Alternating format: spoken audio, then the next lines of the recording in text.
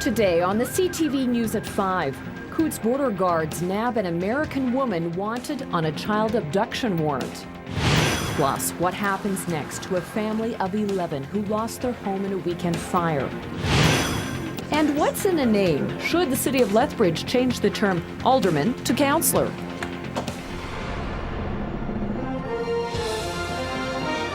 CTV News with Jackie Scantlebury. Good afternoon. Coutts border guards have arrested a woman wanted by U.S. Marshals in the kidnapping of her 7-year-old daughter in Louisiana.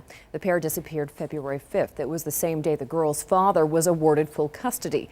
29-year-old Lainey Smith, who also goes by the name Lainey Wibble, was trying to cross the border Saturday with a man and 2 children.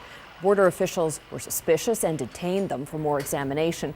There was some significant concern for the girl's health, we're told, as she has a serious medical condition which she could die from if left untreated.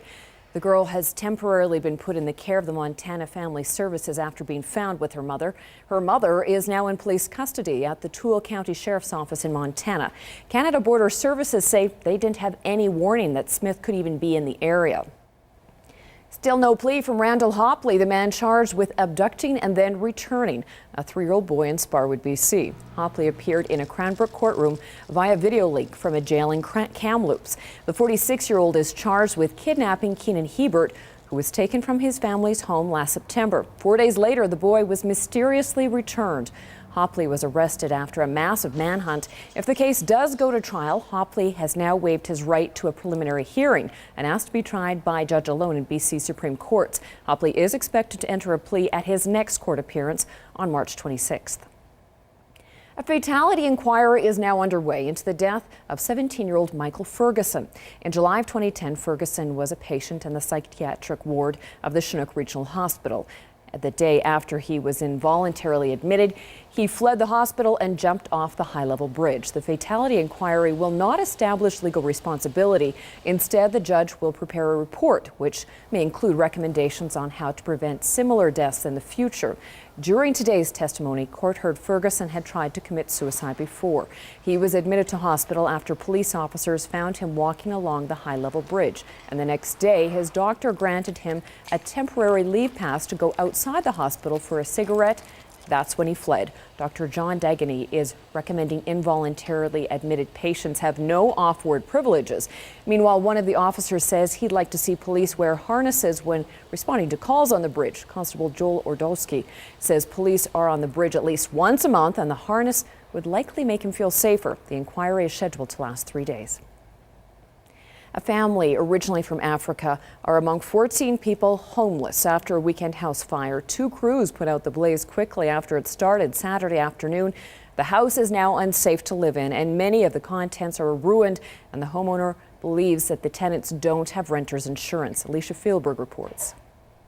Fire, smoke, and water damage make this Southside house unlivable for the 14 people who called it home.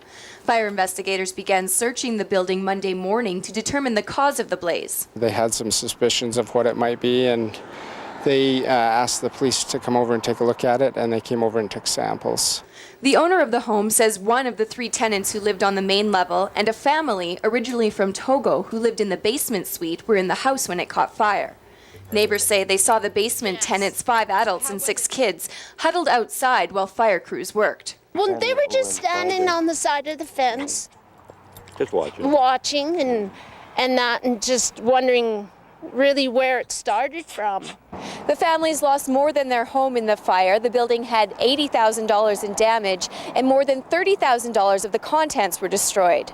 The Canadian Red Cross is available with trained volunteers to be able to respond to people's very basic needs during the period of the first 72 hours. Victims' Family Services and the Red Cross have helped all 14 residents get temporary accommodations at a local hotel and are providing food, clothing, and personal hygiene kits. Over the next few days, they'll try to help them find more permanent solutions. We try to spend as much time with the families going over what their needs are, what their supports are and what other resources are in the community to connect them. Police have released the home back to the owner so the families can collect some of their remaining belongings. The owner says he had insurance on the property, but doesn't think the tenants had renter's insurance to cover their losses. Alicia Fieldberg, CTV News, Lethbridge.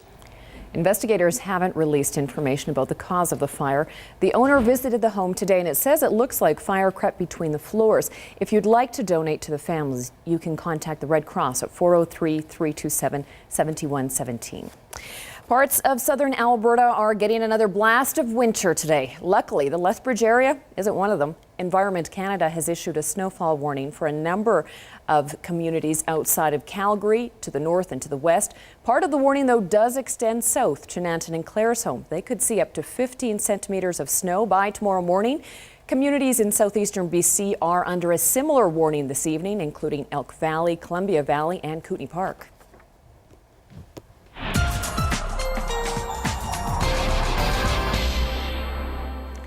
But Dory, winter is going to return at least for a day tomorrow.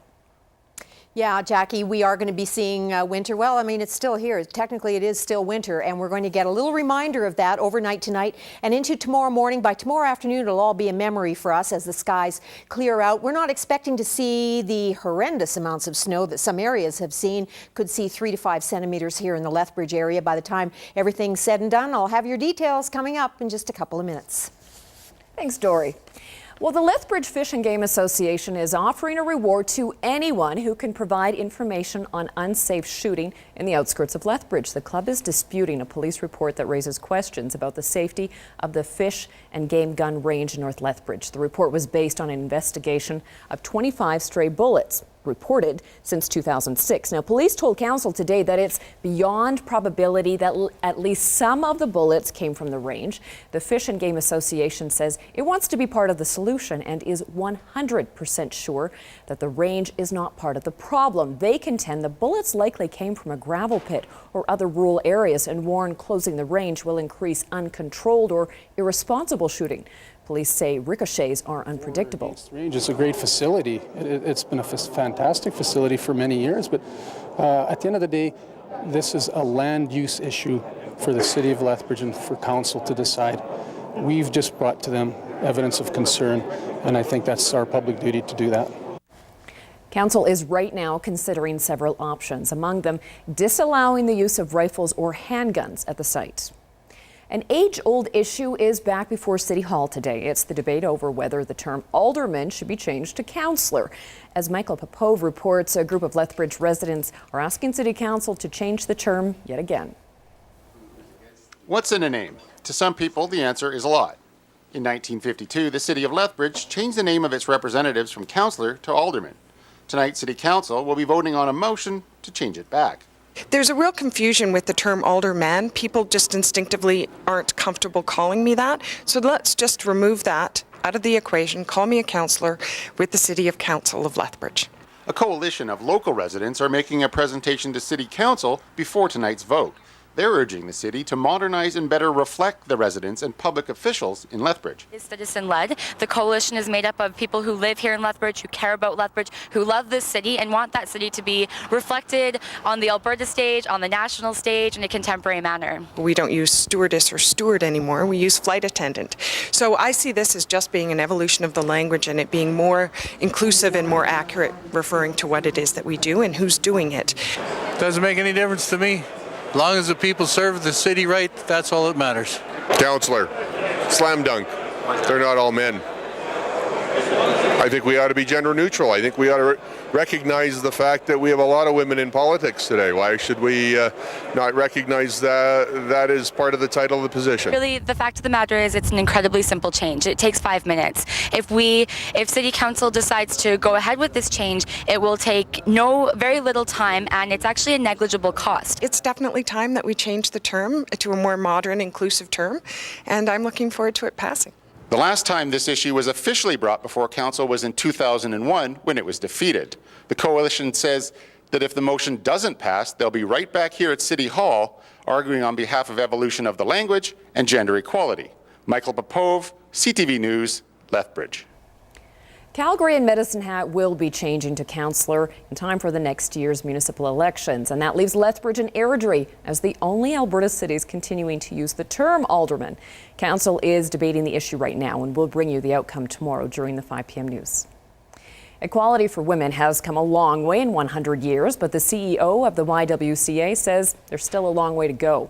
Saturday marked International Women's Day. The YWCA hosted a series of speakers at the Sandman Hotel, ranging from local businesswomen to survivors of domestic violence. Organizers of the event say it's a chance to shed some light on issues women have and still face in society, like domestic and gender violence, femicide, and women's equality. Is that women perform 66% of the work worldwide, produce 50% of the food, yet have property ownership of only 1% in the world.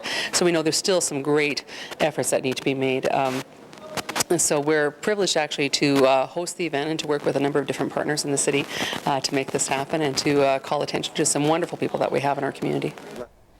International Women's Day is an annual event held every March.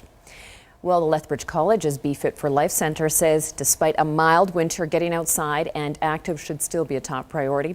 This is leg one of the college's Winter Amazing Race. The 5-station event encouraged families to get active during the generally cold winter months. According to the Heart and Stroke Foundation, almost 60% of adults and 26% of kids in Canada are considered overweight or obese. Race organizers say that's part of why they're stressing the importance of being active all 12 months of the year. Basically, why we're out, we're saying if you bundle up, if you dress appropriately, if you're moving, the cold weather can sometimes not be as bad as we think it is. Activity is important all year around, right? To keep our heart and lungs working right, to keep our mind, keep everybody just happy. So if we can be outside, even if it is cold, you're on your way to a better life, right?